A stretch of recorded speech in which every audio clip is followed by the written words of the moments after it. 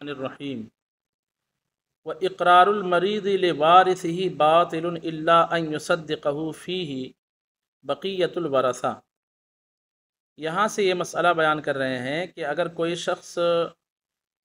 بیمار ہے، مرض موت میں مبتلا ہے، اور اس نے جو ہے مریض سے یہاں مراد ہے وہ شخص کے جو جب اس نے وصیت اقرار کیا اسی حالت میں اس کا انتقال بھی گیا اسی مرض میں، تو مریض آدمی کا اقرار اپنے وارث کے لیے باطل ہے الا ان یصدقہ فیہ بقیت الورثہ، جبکہ بقیہ ورثہ اس کی تصدیق کر دیں۔ اس کو مثال سے سمجھیے، زید بیمار ہے، ہاسپٹل میں بھرتی ہے، اب اس کو یہ فکر لاحق ہے کہ میری پراپرٹی جو 50 لاکھ روپے کی ہے مثال کے طور پر، تو دو بھائی ہے اور ماں ہے، تو ماں کو کل سے 8واں حصہ مل جائے گا، 50 لاکھ کا 8واں سمن ہے،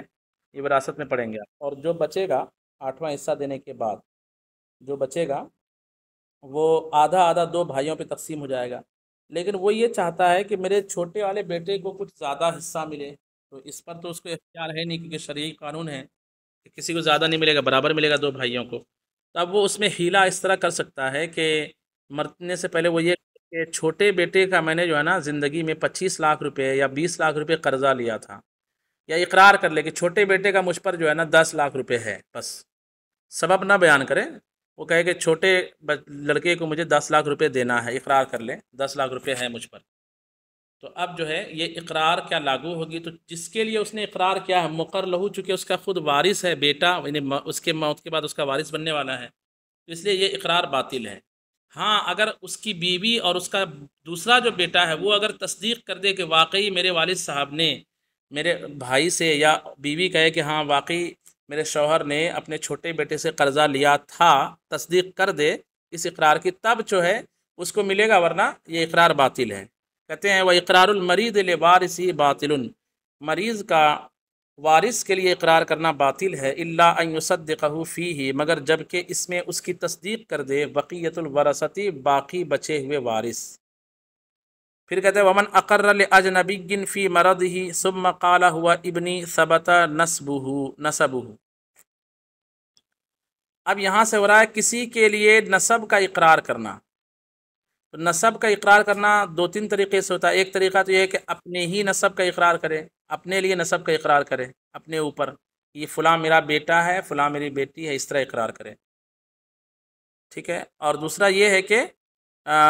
دوسرے پر اقرار کرے، کہ جیسے کہ فلاں میرا بھائی ہے، تو اس کا مطلب وہ باپ کے نسب کو اس سے ثابت کرانا چاہ رہا ہے۔ بھائی کہنے کا مطلب یہی ہوگا نا کہ وہ شخص میرے باپ کا بیٹا ہے، بیٹا باپ کا، چونکہ بیٹے کا نسب جو ہے باپ سے ثابت ہوتا ہے، تو کسی کو بھائی کہنے کا مطلب یہ ہے کہ آپ یہ دعویٰ کر رہے ہیں کہ وہ آدمی جو ہے آپ کے باپ کا بیٹا ہے، تو بیٹے سے باپ آپ کا غیر ہے، غیر سے نسب ثابت کر رہے ہیں۔ اور کبھی ہوتا اپنے سے نسب کو ثابت کرنا، جیسے کسی کو یہ کہنا کہ یہ میرا بیٹا ہے، تو اس طرح سے حکم الگ الگ ہوا۔ کہتے ومن اقر لاجنبی فی مرضہ، کسی نے کسی اجنبی کے لیے اپنے مرض میں اقرار کیا، ثم قال، پھر کہا ہوا ابنی، وہ میرا بیٹا ہے، ثبت نسب، اس کا نسب ثابت ہو جائے گا۔ مطلب ایک شخص زید ہے اور ایک شخص عمر ہے، زید نے مرض موت میں یہ اقرار کیا تھا کہ فلاں کا مجھ پر 10 لاکھ روپے ہے، عمر کا 10 لاکھ روپے ہے، اقرار کر لیا، اب اس کے مال سے اس کو 10 لاکھ روپے دیا جائے گا مسائل کی ترتیب سے۔ لیکن اسی بیچ اس نے یہ کہہ دیا کہ جس کا میں نے 10 لاکھ روپے کا اقرار کیا وہ میرا بیٹا ہے، اچھا، اور وہ بیٹا جو ہے بننے کی صلاحیت بھی اس میں موجود ہو، یعنی عمر کے حساب سے بھی بیٹا لگ رہا ہو، اور اس لڑکے کا نسب کسی اور سے ثابت نہ ہو، مشہور نہ ہو، یعنی یہ نہ معلوم ہو کہ کس کا بیٹا ہے، تو پھر اس کا بیٹا ہو جائے گا۔ جب اس کا بیٹا ہو گیا تو اب وہ جو پہلے جو اقرار کیا تھا وہ اقرار باطل ہو جائے گا، جو 10 لاکھ روپے کا پہلے اقرار کیا تھا وہ اقرار باطل۔ کیوں؟ کیونکہ اب تو بیٹا بن کر کے اس کو اس کی پراپرٹی سے ملنے ہی والا ہے، تو اقرار باطل۔ کیونکہ اوپر ہم نے کیا مسئلہ پڑھا کہ ورثاء کے حق میں مورث کا اقرار جو ہے باطل ہو جاتا ہے۔ کہتے ومن اقر لاجنبی فی مرضہ، کسی اجنبی کے لیے کسی شخص نے اپنے مرض میں اقرار کیا، ثم قال، پھر کہا ہوا ابنی، وہ میرا بیٹا ہے، ثبت نسبہ، تو اس کا نسب ثابت ہوگا۔ ولو اقر لاجنبیۃ، اور اگر کسی اجنبیہ عورت کے لیے اقرار کیا کہ اس لڑکی کا یا اس عورت کا مجھ پر 5 لاکھ روپے ہے، ثم تزوجہا، پھر اس سے نکاح کر لیا، اقرار پہلے کیا کہ اس عورت کا مجھ پر 5 لاکھ روپے ہے، یعنی قرض یا جو بھی اقرار کر لیا، ثم تزوجہا، پھر جو ہے اس سے شادی کر لیا، لم یبطل اقرارہ، تو اب یہ اقرار باطل نہیں ہوگا، کیونکہ یہاں جو بیوی اور شوہر کا رشتہ یہ نسب سے ثابت نہیں ہوتا ہے، یہ مسارت سے ثابت ہوتا ہے، اس لیے یہ والا مسئلہ پہلے والے مسئلے کی طرح نہیں۔ ومن طلق زوجته فی مرضه ثلاثا، کسی نے اپنے مرض موت میں اپنی بیوی کو 3 طلاقیں دے دی، ثم اقر لها دین، پھر اس بدین، پھر اس کے لیے کسی قرض کا اقرار کیا، ومات، اور اسی اقرار پر مر گیا، فلها الاقل من الدین ومن میراثها منه، تو اس کے لیے اس کے میراث سے اور دین سے جو اقل ہوگا وہ ملے گا۔ کیا مطلب؟ مطلب یہ ہے کہ ایک شخص ہاسپٹل میں بھرتی تھا، اس نے اپنی بیوی کو طلاق دے دیا، پھر اس کے پہلے جو اقرار کیا کہ اس کا مجھ پر 5 لاکھ روپے، یہ اقرار کیا، پھر اس کو طلاق دے دیا، پھر مر گیا، ٹھیک ہے، اور 3 طلاقیں دے دی، طلاق مغلظہ دے دی تھی، تو اب اس عورت کو کیا ملے گا؟ جتنا اقرار کیا وہ ملے گا، یا بیوی ہو کر کے جو وراثت میں اس کا حصہ بنتا وہ ملے گا؟ تو کل پراپرٹی کو دیکھا جائے گا کہ اقرار کتنے کا کیا تھا؟ 5 لاکھ روپے، ٹھیک ہے۔ اچھا، کل پراپرٹی کا میراث کتنا بنتا ہے؟ تو فرض کیجئے کل پراپرٹی اس کی اگر ہے 80 لاکھ روپے، ٹھیک ہے، تو اس کا 8واں حصہ ملے گا اولاد کی موجودگی میں 8 لاکھ، کتنا، 10 لاکھ روپے، 8 دام 80، 8واں حصہ 10 لاکھ روپے بنتا ہے، تو 10 لاکھ روپے بطور میراث کے مل رہا ہے اس کو، اور بطور اقرار کے اقرار کیا تھا شوہر نے 5 لاکھ روپے، تو کیا ملے گا؟ تو کہتے ہیں کہ فلح الاقل من الدین ومن میراثها منہ، تو اس کے لیے اقل ہوگا دین سے اور شوہر سے اس کی میراث سے۔ مطلب اقل کیا ہے؟ 5 لاکھ روپے اقل ہے کہ 10 لاکھ روپے اقل ہے؟ اقرار کا 5 لاکھ روپے ہے اور میراث کے طور پر اس کو 10 لاکھ مل رہا ہے، تو اقل کیا ہے؟ ہاں، عقل اقرار والا ہے، تو اقرار والی رقم ملے گی۔ اور فرض کیجئے کہ شوہر کی کل پراپرٹی جو ہے وہ مثال کے طور پر 32 لاکھ روپے ہے، فرض کیجئے کل پراپرٹی 32 لاکھ روپے ہے، تو اس کا سمون اگر عورت کو ملے گا تو 8 چوکے 32، 4 لاکھ ملے گا، تو اب میراث کا ہے 4 لاکھ روپے اور اقرار کیا ہے 5 لاکھ روپے، تو اس کو بطور میراث کے 4 لاکھ ملے گا، اقرار کا 5 لاکھ روپے نہیں ملے گا۔ سمجھ گئے بات؟ ومن طلقها زوجته، اچھا آگے دیکھیے، ومن اقر بغلام یولد مثله لمثله وليس له نسب معروف انه ابنه وصدقه الغلام وثبت نسبه منه وان كان مريضا، نسب کے ثبوت کے لیے کہتے ہیں کہ مریض ہو تو بھی نسب کا ثبوت ہو جائے گا، یعنی حالت مرض موت میں بھی اگر کسی سے اپنے نسب کا اقرار کیا، اپنے اوپر نسب کا اقرار کیا کہ فلاں میرا بیٹا ہے، اور وہ جس کے لیے اقرار کیا ہے وہ ایسا ہو کہ بیٹا بن سکتا ہو، کیسے کہ اس کا نسب کسی اور سے مشہور نہ ہو، اس کی عمر ایسی ہو کہ جو ہے وہ اس کا بیٹا بن سکتا ہو، ایسا نہ ہو کہ جس کو بیٹا کہہ رہا ہے وہ 35 سال کا اور یہ خود 40 سال کا ہے، تو جب 5 سال کا تھا تب اس نے کیسے بیٹا پیدا کیا، یہ مانا جائے گا، تو وہ بیٹا نہیں مانا جائے گا۔ ہاں، اگر اقرار کرنے والا مثال کے طور پر 45 سال کا ہے اور جس کو بیٹا کہہ رہا ہے وہ 20 سال کا ہے، تو مطلب یہ ہوگا کہ ہاں 25 سال میں اس نے شادی کی ہوگی اور اس سے بیٹا ہے،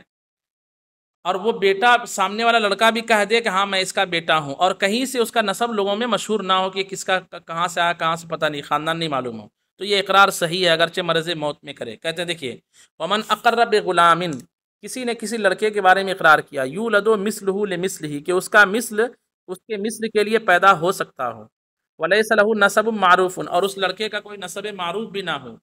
انہ ابن، کہ وہ کس کا بیٹا ہے، وصدقہ، یہ انہ ابن، اقرار کیا کہ وہ اس کا بیٹا ہے، وصدقہ الغلام، اور غلام نے اس کی تصدیق کر دی، غلام سے مراد لڑکے نے، یہاں غلام بمانا لڑکا ہے، اور لڑکے نے اس کی تصدیق بھی کر دی، ثبت نسبہ منہ، تو اس سے نسب ثابت ہو جائے گا، وان کان مریضا، اگرچہ اقرار کرنے والا مریض ہو، ویشارک الورثۃ فی المیراث، اور میراث میں ورثہ کے شریک ہو جائیں گے، تو اگر پہلے 3 بیٹے تھے تو یہ چوتھا بیٹا بھی شریک ہو جائے گا، اس کو کل پراپرٹی سے وراثت کے طور پر برابر ملے گا، 1 کروڑ چھوڑا ہے تو 4 بیٹوں کو 25-25 لاکھ ملے گا اس طرح۔ وَيَجُوزُ إِقْرَارُ الرَّجُلِ بِالْوَالِدَيْنِ وَالْوَلَدِ وَالزَّوْجَةِ وَالْمَوْلَى، مرد کا اپنے والدین، اپنے اولاد، اپنی بیوی اور اپنے آقا کے لیے اقرار کرنا صحیح ہے، یعنی یہ کسی کے بارے میں کہہ سکتا ہے کہ یہ میرے ماں باپ ہے، یا کہہ سکتا ہے کہ یہ میرا بیٹا ہے، میری اولاد ہے، یہ میری بیوی ہے، یا میرا آقا ہے، یہ سب اقرار صحیح ہے۔ وَيُقْبَلُ إِقْرَارُهُ اقرار المرأة بالوالدین والزوج والمولا، اور عورت کی جہاں تک اقرار کی بات ہے تو عورت کا اقرار قبول کیا جائے گا والدین کے تعلق سے، شوہر کے تعلق سے، اور مولا کے تعلق سے۔ لڑکے اور اولاد کے تعلق سے عورت کا اقرار صحیح نہیں ہوگا، یعنی عورت اگر کسی اجنبی شخص کے بارے میں کہے کہ یہ میرا بیٹا ہے تو اس کا اقرار صحیح نہیں، کیوں؟ کیونکہ نسب جو ثابت ہوتا ہے وہ مرد سے ثابت ہوتا ہے، تو بیٹا کہنے کا مطلب یہ ہے کہ وہ اپنے شوہر سے اس کا نسب ثابت کرنا چاہ رہی ہے، تو غیر سے اس کو نسب ثابت کرنے کا اختیار نہیں ہوگا۔ ولا يقبل اقرارها بالولد الا ان يصدقها الزوج في ذلك، اور بچے کے لیے اس عورت کا اقرار کرنا صحیح نہیں ہوگا مگر جب کہ شوہر اس بات میں اس کی تصدیق کر دے۔ ہاں اگر شوہر بھی کر دے کہ ہاں واقعی یہ میرا بیٹا ہے، جیسا یہ کہہ رہی ہے ویسے درست ہے، تو پھر یہ اقرار درست ہے۔ او تشہد له او تشہد بولادتها قابلۃ، یا اس کی ولادت کی کوئی دایا گواہی دے دے، یعنی دایا آ کر کہے کہ ہاں یہ تیرا ہی بیٹا ہے، جو تیری بیوی کہہ رہی ہے کہ میرا بیٹا ہے، واقعی تیرا بیٹا ہے، کیونکہ اس کی ولادت کے وقت میں موجود تھی، تو دایا کی گواہی ایسے معاملے میں جہاں شوہر کی نظر نہ پڑ سکے صحیح ہے، کیونکہ ومن اقر بنسب من غیر الوالدین والولد والزوج والزوجۃ والمولا مثل الاخ والام لم يقبل اقراره في النسب، تو اگر کوئی نسب کا اقرار کرے والدین کے علاوہ، اولاد کے علاوہ، بیوی کے علاوہ، یا شوہر کے علاوہ اور آقا کے علاوہ، جیسے بھائی کا اقرار کرنا یا چچے کا اقرار کرنا، لم يقبل اقراره من نسب، تو اس کے نسب میں اس کا اقرار قبول نہیں کیا جائے گا۔ یعنی کوئی کہے کہ یہ فلاں میرا چچا ہے اس لیے میری پراپرٹی سے اس کو دے دینا، تو یہ اقرار درست نہیں ہوگا۔ کیوں؟ کیونکہ چچا کے اقرار کرنے کا مطلب یہ ہوتا ہے کہ وہ اپنے دادا سے اس کا نسب ثابت کرنا چاہ رہا ہے۔ کسی کو بھائی کا اقرار کرنا تو مطلب یہ ہے کہ وہ اپنے باپ سے اس کا نسب ثابت کرنا چاہ رہا ہے، تو غیر سے نسب ثابت کرنا اس کے غیر سے نسب کا ثبوت اس کے اقرار بھر سے نہیں ہوگا۔ فَإِنْ كَانَ لَهُ وَارِثٌ مَعْرُوفٌ قَرِيبٌ أَوْ بَعِيدٌ فَهُوَ أَوْلَى بِالْمِيرَاثِ مِنَ الْمُقَرِّ لَهُ، تو اگر اس کا کوئی معروف قریبی وارث موجود ہے یا دور کا وارث موجود ہے تو وہی زیادہ حقدار ہوگا میراث کا مقر لہو سے۔ فرض کیجئے ایک شخص نے کسی کے بارے میں اقرار کیا کہ وہ میرا بھائی ہے، ٹھیک ہے، اب اس کا انتقال ہوا تو بھائی ہونا یہ کافی نہیں ہوگا، یعنی اس کا کہہ دینا کافی نہیں ہوگا، اور اس کے باپ نے کبھی نہیں کہا تھا کہ ہاں وہ میرا بیٹا ہے اور اس کا بھائی ہے، اقرار نہیں کیا تھا اس کے باپ نے، لیکن یہ اقرار کرنے والا اسی اقرار پر مر گیا۔ اب اس کی پراپرٹی میں جو ہے پانے والے لوگ کون کون ہیں؟ تو ایک جس کو بھائی کہا تھا وہ ہے، اور ایک وہ ہے جو اس کا چچا ہے، تو یہ جو جس کو بھائی کہا تھا اس کو کچھ نہیں ملے گا ابھی، بلکہ چچا کو پورا حصہ ملے گا بطور اسبا کے۔ کیوں؟ کیونکہ وارث کے ہوتے ہوئے چاہے قریبی وارث ہو یا بعید کا وارث ہو، مقر لہو ایسے مقر لہو کو جو غیر پر جس کے نسب کا اقرار کیا ہے اس کو کچھ نہیں ملتا ہے۔ وَإِلَّمْ يَكُنْ لَهُ وَارِثٌ، اور اگر اس کا کوئی وارث ہو، وَإِلَّمْ يَكُنْ لَهُ وَارِثٌ، اور اگر اس کا کوئی وارث ہے ہی نہیں، جیسے اس کا انتقال ہو گیا، اب اس کی پراپرٹی کس کو ملے گی؟ تو اس شخص کو ملے گی جس کے لیے اس نے اقرار کیا تھا کہ یہ میرا بھائی ہے یا میرا چچا ہے۔ کیوں؟ کیونکہ اب اس کا کوئی اصل وارث موجود نہیں ہے، تو جس کے لیے اقرار کیا تھا مقر لہو کو پورا معاملہ مل جائے گا۔ کہتے ہیں وَإِلَّمْ يَكُنْ لَهُ وَارِثٌ، اور اگر اس کے لیے کوئی وارث نہ ہو، استحق المقر لہو من میراث، استحق المقر لہو میراثہ، تو مقر لہو اس کے میراث کا حقدار ہوگا۔ بس یہ تک رہنے دیجیے۔ صلو علی الحبیب صلی اللہ تعالی